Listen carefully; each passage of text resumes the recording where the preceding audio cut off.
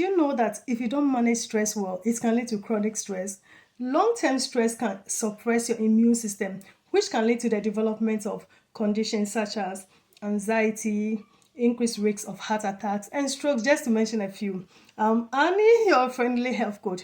You can follow my health and well-being on all social media platforms. Now, let's dive deeper into our topic today and learn more about how to manage stress so that it doesn't turn into chronic stress. Stress is any type of change that causes physical, emotional, or mental distress. Stress is your body's response to anything that requires attention or action. Everyone experiences stress to some degree. However, the way you respond to stress makes a big difference to your mental and physical well-being. A little stress is good and can help us cope with our daily tasks. Too much stress can lead to physical and mental health problems. When stress starts to affect your ability to lead a normal life over a long period of time, it becomes even more dangerous. The longer the stress lasts, the worse it is for your mind and body. This can increase your risk for a variety of physical and mental health problems, including anxiety, depression, digestive problems, headaches, muscle tension and pain, heart disease, heart attack, stomach ulcers, metabolic syndrome, stroke, sleep problems, weight gain, and memory concentration problems. I know that not everyone knows what triggers stress, but I will tell you the things that trigger stress vary from person to person, and the level of stress you cope with may be higher or lower than others around you. Feelings of stress typically occur when we feel that we do not have the resources to cope with the challenges we face. For example, pressure at work, school, or home, illness or difficult or sudden life events can lead to stress. Possible causes of stress are our genes, our upbringing, and our experiences as children or adult personal problems such as relationship problems, life challenges such as moving to a new place, the birth of a child or a bereavement, financial problems, problems at work, health problems, either yours or someone close to you, pregnancy and parenthood, loneliness, or feeling unsupported, and much more. Stress is an inevitable part of life, but that doesn't mean you should ignore it. Too much untreated stress can cause serious physical and mental health problems. The good news is that in many cases, stress is manageable. With some patience and a few useful strategies, you can reduce your stress, whether it's family stress or stress at the workplace. I will give you a few tips on how to manage stress. Number one, laugh about it. Laughter releases endorphins, which improve mood and lower levels of the stress hormones, cortisol, and adrenaline. Laughter triggers your nervous system to make you happy. Number two, listen to music. If you feel overwhelmed by a stressful situation, take a break and listen to relaxing music. Calm music has a positive effect on the brain and body and can lower blood pressure and reduce cortisol, a hormone associated with stress. Number three, eat a healthy diet. What we eat and drink can affect our health. Try to eat a balanced diet and regular diet. Drink enough fluids. If possible, eat plenty of fresh fruits and vegetables. Number four, breathe calmly. The advice take a deep breath may sound like a cliche, but it's true when it comes to stress. For a simple 3 to 5 minute exercise, sit upright in your chair. Place your feet flat on the floor and put your hands on your knees. Breathe in and out slowly and deeply, concentrating on your lungs as they expand fully in your chest. While shallow breathing causes stress, deep breathing oxygenates your blood, helps center your blood, and clears your mind. Number five, express gratitude. Gratitude helps you recognize all the things you can be grateful for. Whether you are grateful for the gift of life or for being healthy, think of all the good things you have in life. Gratitude also reminds you of all the resources you have to deal with stress, and that can be very encouraging. Studies also show that grateful people have better mental health, less stress, and a better quality of life. Make gratitude a regular habit. Number six, get enough sleep. Getting enough sleep is important for both the body and the mind. Sleep repairs, relaxes, and rejuvenates our bodies and can help reverse the effect of stress. Good sleep habits, also known as sleep hygiene, include be consistent. Go to bed at the same time every night and get up at the same time every morning, even on weekends. If possible, make sure your sleeping area is quiet, dark, relaxing, and at a comfortable temperature. Limit the use of electronic devices such as computers and smart TVs before bedtime.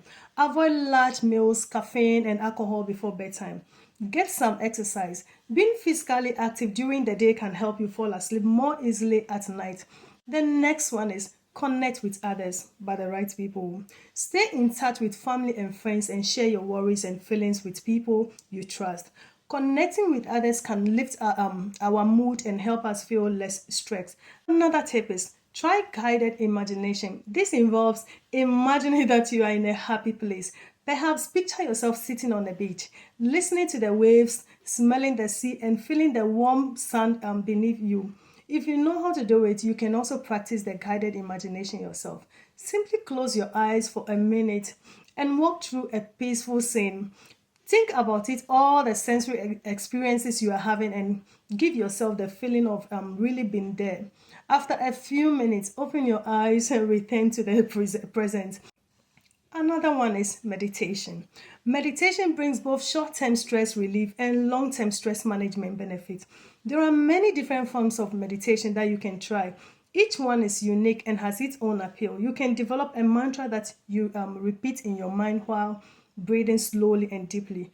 Or you can take a few minutes to practice mindfulness, being in the moment.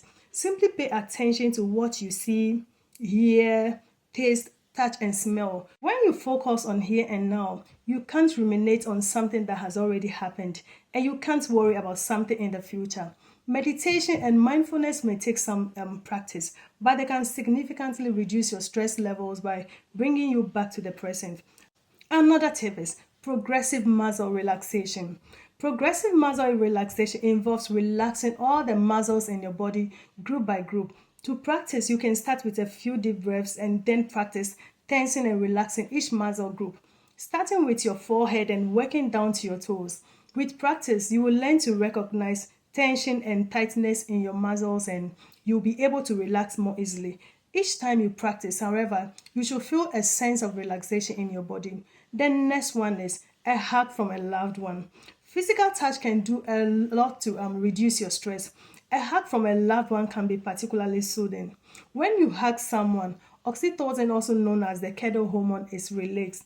Oxytocin is associated with greater feelings of happiness and less stress. Oxytocin also lowers blood pressure, reduces the stress hormone or adrenaline, and can create a feeling of relaxation.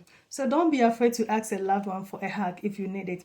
It's good for both of you, and it can be one of the simplest forms of stress relief available. The next tip is make time for leisure activities. Leisure activities can be a wonderful way to relieve stress. However, many people feel that their lives are too busy with hobbies, games, or extra pleasures. But making time in your schedule for leisure activities can be the key to feeling better.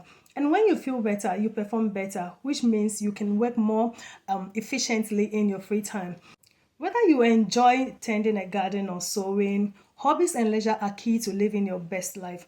My next point is talk to yourself about it. Sometimes calling a friend is not an option. If this is the case, a quiet conversation with yourself may be the next best thing.